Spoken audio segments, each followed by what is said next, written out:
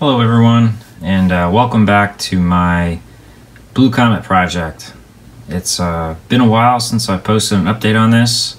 I have done quite a bit of work, not as much as I would like, but nevertheless we've got some stuff to go over and some new additions to the project, so let's get started. So I guess I'll start off with a couple of the cars that I was working on in the past. One, this combine car. I believe I showed it all complete in the last update.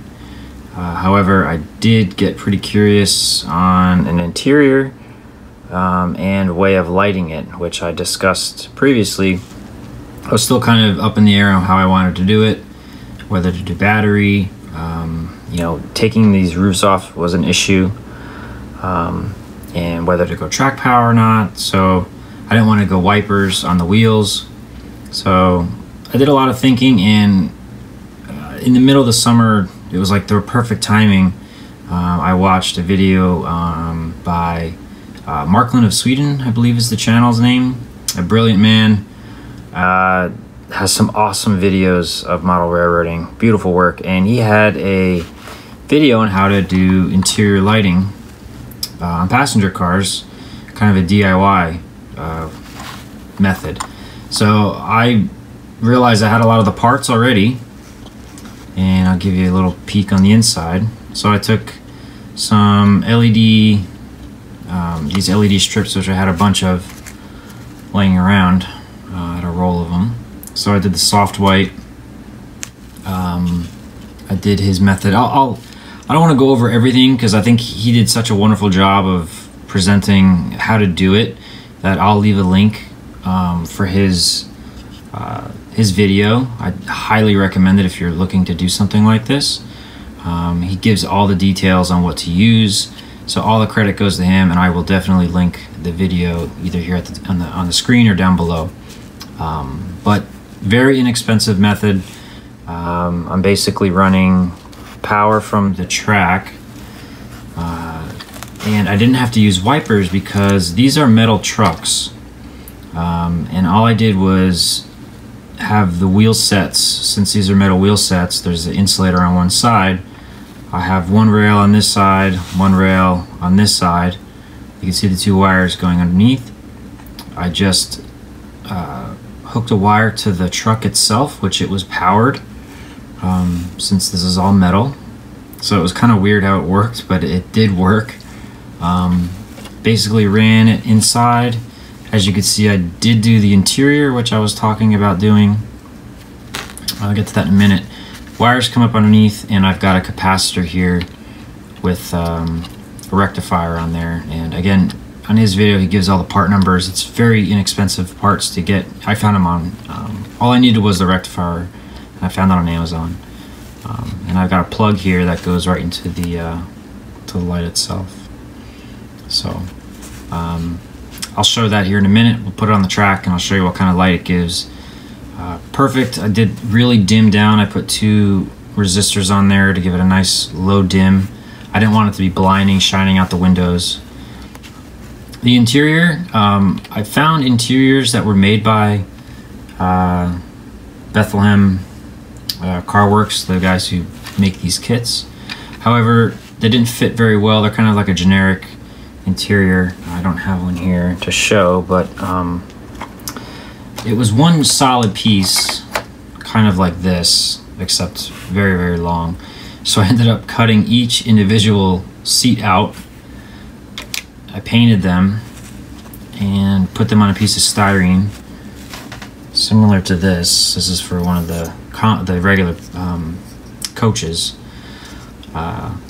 Piece of styrene, just scrap all the seats in there, and I put these little pieces in. These kind of simulate I believe they're restrooms in the car, but I kind of used it to hold the electronics, since that is a kind of a frosted window that you can't even see inside it.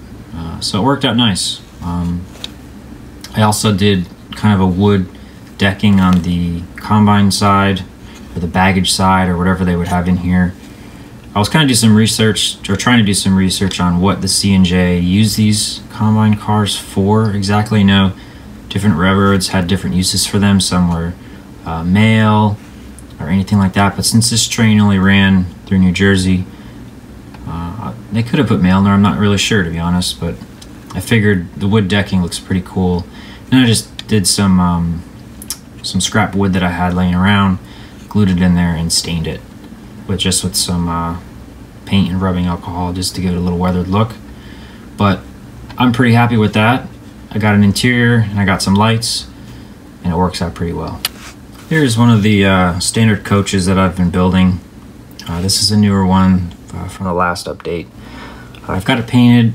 It's glossed right now to prep for decals, so everything is shiny. But the coach is nothing special. The only difference with the kit from the combine is obviously all the windows, the extra seats for the interior, which I've got here. But one thing I wanted to show you guys is I was kind of struggling on a way to get these roofs to stay down, and I wanted them removable in case there was any issues with the lighting or figures coming loose or whatever. So I was thinking a lot about this, and I finally figured out a way. And what I did was I used magnets. So as you can see, I can lift the car by the roof. It's fairly sturdy. I mean, I'm sure if I shook it, it'd break loose, but underneath I did these rare earth magnets I found at my hobby shop. So I just kind of glued them in place on each end. Nothing special. I did kind of larger ones on the top, smaller ones on the bottom. And these things are so strong that they don't even need to be touching for them to be, to hold. They're probably 1/8 of an inch apart. They're not even touching all the way, and it still holds the roof on pretty tight. So you see it comes down and it kind of snaps in. So it works out really well. So I'm pretty happy with that. It'll do the job, keep the roof on and allow me to get inside for any maintenance. So I did this one. I also did this car here, the observation car, which we'll get into that next. So here's the combine car with the lighting on the layout. As you see, it's not a very bright light, which is exactly what I wanted. I didn't want it to be too overwhelming. This roof doesn't have the magnets on it yet, so you can kind of see the light through that crack there. But as soon as it's pushed down where the magnets pull it down, it should take care of that problem with the light bleeding through. But it's a nice golden light. Here you can see what it looks like there. Since it does have a capacitor in there, they won't flicker as I go over dead spots. It doesn't last that long. It probably just a couple seconds and it'll start to dim, but that's okay. I just want it to make its way over some dirty track or unpowered frogs without flickering, and it does that just fine. All right, onto the observation car. The C&J, or the Blue Comet, I believe had 3 observation cars. They were all named differently. Originally I was going to use this Rivarossi or AHM car until I really started looking into the cars themselves and realized that it's completely the wrong car. It's way longer. It's got 3-wheeled trucks on there, or 6-wheeled. It's just the wrong car, and I'm thinking if I'm going this far, I might as well just keep on going and try to make one myself. And while I was doing the research, I figured out that I'll see if I can throw up a couple pictures. There's only a few that I've found of these cars. However, they look like they were just kind of chopped up coaches, meaning that the back of the car was kind of cut. They added the gate here and they put windows in the back, and so I figured, I could probably just do a little bit of cutting myself, and that's what I did. That's how I made this one. So I cut off the back of this. Is just a standard coach kit. I cut off the back. I didn't want to take the this gate off this kit because these cars are kind of hard to find, so I'll probably end up just reselling it so someone else can use it. So I bought an Athearn Blue Box observation car kit, and I figured I saw that it came with one of these. It was almost the right size. I had to add a little piece to the end, but it's close enough. It'll fit right in there. So what I did was I cut out this back section. I had to do a little bit of surgery with the roof. I have the magnets in place. Put this little piece of styrene. I had to keep these. This is where the original door was, as you can see on this side. So I had to cut all that out. This little archway here, I had to cut that, and I ended up gluing that to the back of this so it fits pretty nice. I did the flooring. Again, on the real car, these kind of fold up and the stairs will still be here, so I guess they can load from the back, but when they're in transit, I guess they put these down and people could stand back here. I cut out these big windows here, as from the photos I could see. I'll have to put some trim, I think, in around the edges to have that painted kind of a gold. I think I'll paint the handrail gold as well. I think that would look really nice. And the interior is going to be a little different. From what I could see, the seats themselves were kind of like chairs, and they kind of all faced each other in this car. But yeah, so the lighting, I'll do the same. I have everything pre-drilled for the lights. The only difference with this car is I'll probably end up adding a separate light back here to light up the deck and the marker lights on the sides. But it should look really nice once it's done. I think I'm a big fan of the observation cars, and I'm really excited to see this one painted and running. Originally, this was going to be the last car for the kit, all the kits that I had, but I found something on eBay, and now I have one more kit to build, and I'll show you guys that.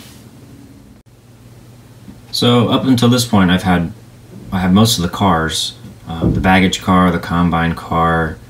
I have two coaches that I'll build. One is built.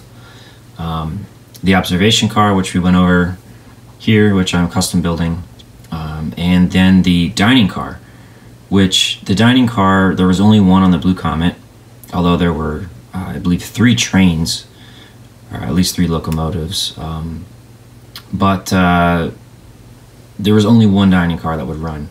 So the only kit that I could find, again, was from Bethlehem Car Works. It was sold out. It's a previous run, and it's a brass-sided kit.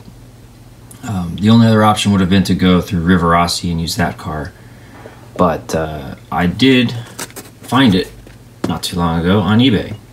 So here's the kit. Let me open it up real quick. It's probably gonna make a lot of noise with all the wrapping, so let me open it and I'll show you guys what it looks like. So here's the inside. Standard parts, kind of similar to the other kit. The bottom, detail parts, a lot of nice brass detail parts in this one.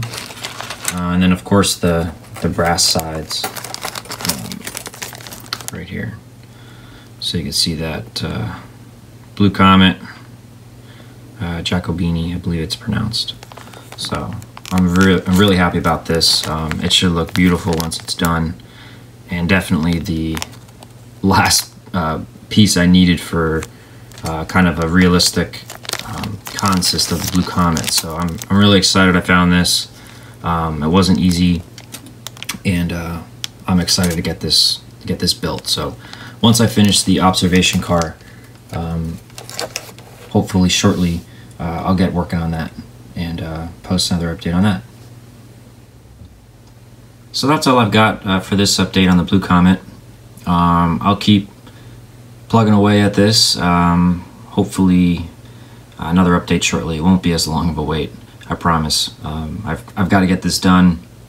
I've kind of got my drive again to work on this stuff again, and I'm really excited to have it complete, running at the club layout. I've got some really cool ideas for some videos of that, so stay tuned. Shortly, hopefully have this car complete, and the dining car, which I'm excited to start. But update coming up on my father-in-law's layout and my current layout here, the little switching layout. Its future, what's to come. Big update coming on that. So stay tuned. But thanks for watching, and we'll see you soon.